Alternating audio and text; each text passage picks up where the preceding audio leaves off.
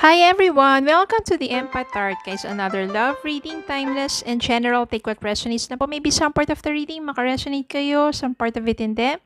Tingnan natin ngayon or meron tayong questions. Ito yung mostly na tinatanong ng karamihan.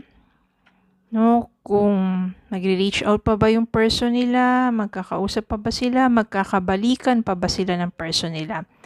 Siyempre sa iba na naka-move forward na sa buhay nila at gusto ng panibagong person, okay, pero sa iba naman na patuloy na ma-manifest ng pagbabalikan nila ng person nila. Tignan na lang natin kung anong message dito, okay? Spirit, guys, send me messages para sa ating mga kaibigan dito na nagtatanong, ano ba ang mensahe ninyo kung mag-reach out pa ba sa kanila ang person nila? Kung iniisip pa sila ng person nila? Kung magkakaroon ba ng pagkakataon na magkakausap sila at magkikita? At most especially kung magkakaroon ba ng pagbabalikan dito at anong mga mensahe at anong mga gabay.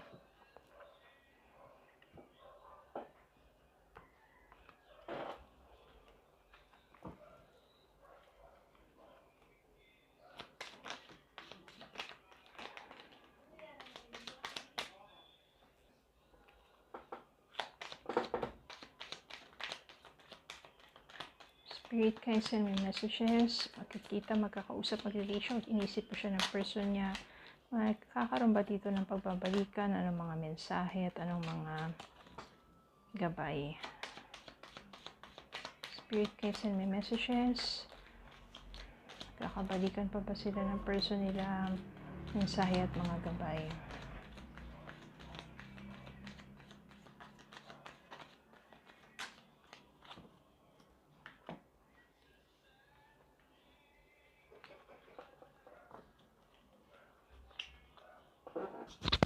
Ito yung unang lumabas, Two of Cups.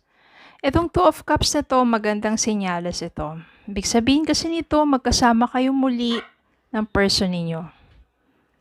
So maybe yes na agad, no? May chance na, malaki na yung possibility na meron na ditong pagbabalikan. Pero tignan pa po natin.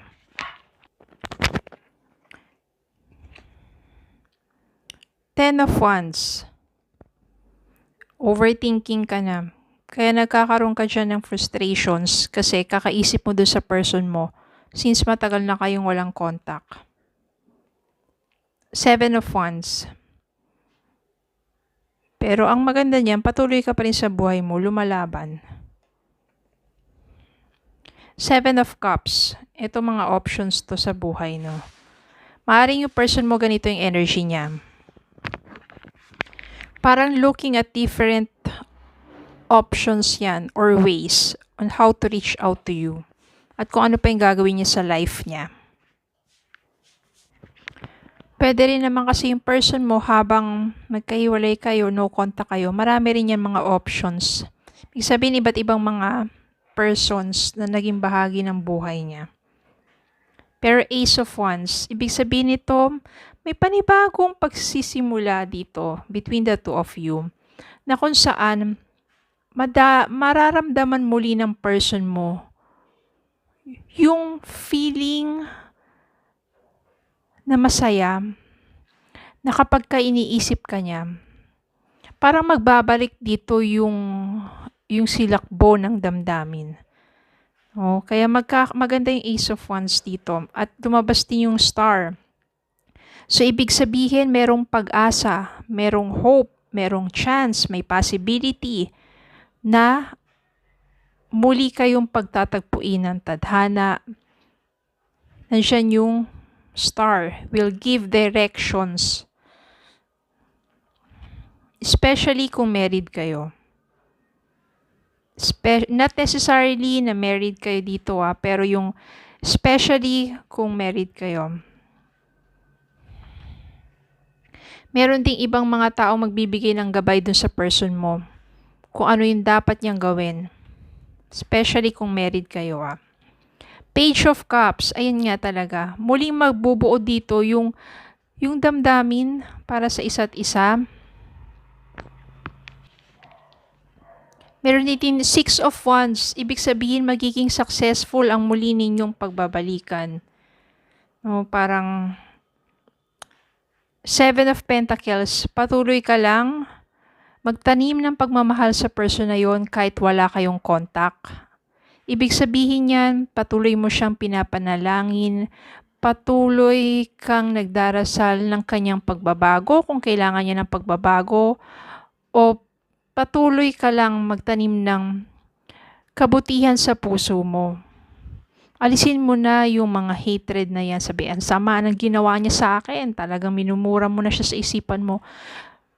Kung gusto mo magkaroon ng mas maayos na connection with this person, tanggapin mo man siya sa buhay mo muli or hindi, tanggalin na ang mga hatred.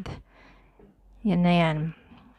Three of Pentacles, kasi etong person na to, once na nagbabalik sa'yo at mayroon ng tunay na pagbabago, aayusin niya talaga.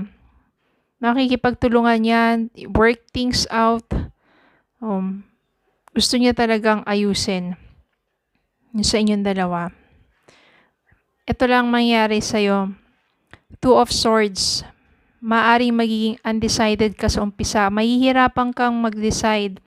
Totoo ba ang pinapakita ng taong to? Tatanggapin mo ba siyang muli? Ano kaya? Maraming what if. Pero ito yung message dito. Once this person came back into your life and you feel deep within your heart that this person deserves a second chance, mararamdaman mo kasi yun lalo na kung mahal mo pa tong taong to. Why not? Especially kung minsan lang naman at kung mga bagay lang naman ang inyong ang dahilan ng inyong pagkakalayo ay maaari immaturity at maaari nag-mature na tong taong to. Maaari kasi tong taong to sa mga panahon na yun, di ba? Iba yung priority niya. Pero ngayon, ikaw na yung gusto niya maging priority. Diba? Depende naman kasi sa sitwasyon ninyo. So, dun sa katanungan natin, iniisip ka ba ng person mo? May pagkakataon ba na muli kayo magkausap, mag-reach out sa'yo, magkabalikan? Meron ditong Star, may pag-asa, Ace of Wands, panibagong simula, na kung saan nandun mararamdaman nyo yung passion, yung init, yung gustuhan ninyo makasama at isa't isa. Meron ditong Hierophant, maaring may magbibigay ng gabay sa inyo. Merong Page of Cups, meron talagang feelings, damdamin. Merong Six of Wands, success. At may Two of Cups. Okay? So, malaki yung possibility dito na yes, maniwala ka lang, patuloy na magdasal, especially if good ang inyong intention, if good, yun nandiyan sa heart mo. At ang pinakamalaga, if para sa ikabubuti mo, yung will ni God, muli kayong pagtatagpuin. Okay? Para sa kabutihan mo yan. Ngayon, kung para, yung iba, yung nais sa iyo ni God na maaring sa ngayon, hindi mo pa siya nakikita, nararamdaman, o uunawaan bakit nangyayari sa iyo yan. Continue to pray, to believe and trust the process. Okay, it will work things out for the good of all. So just believe in the kindness, in love, in goodness. Please, mahirap, lalo na sa ibang sobrang nasaktan, pero forgiveness. Forgiveness para sa iyong peace of mind, forgiveness for you to live happily, forgiveness, diba? To just enjoy life. Tanggalin na yung mga pain, bitterness, hatred. I-offer mo na kay God yun. Huwag mo na siyang bitbitin. Mahirap yung araw-araw.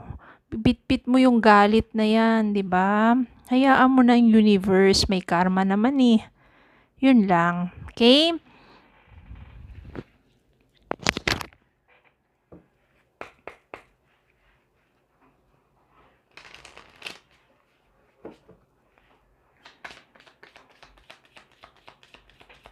Angel.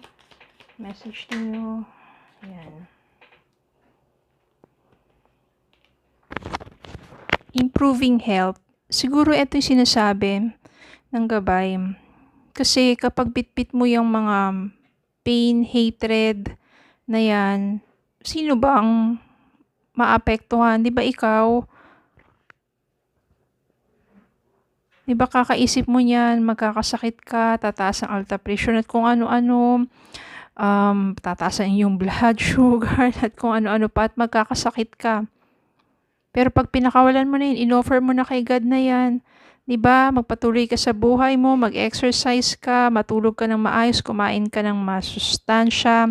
It will improve your health, mental health, physical health, emotional health, spiritual health, lahat-lahat na yan.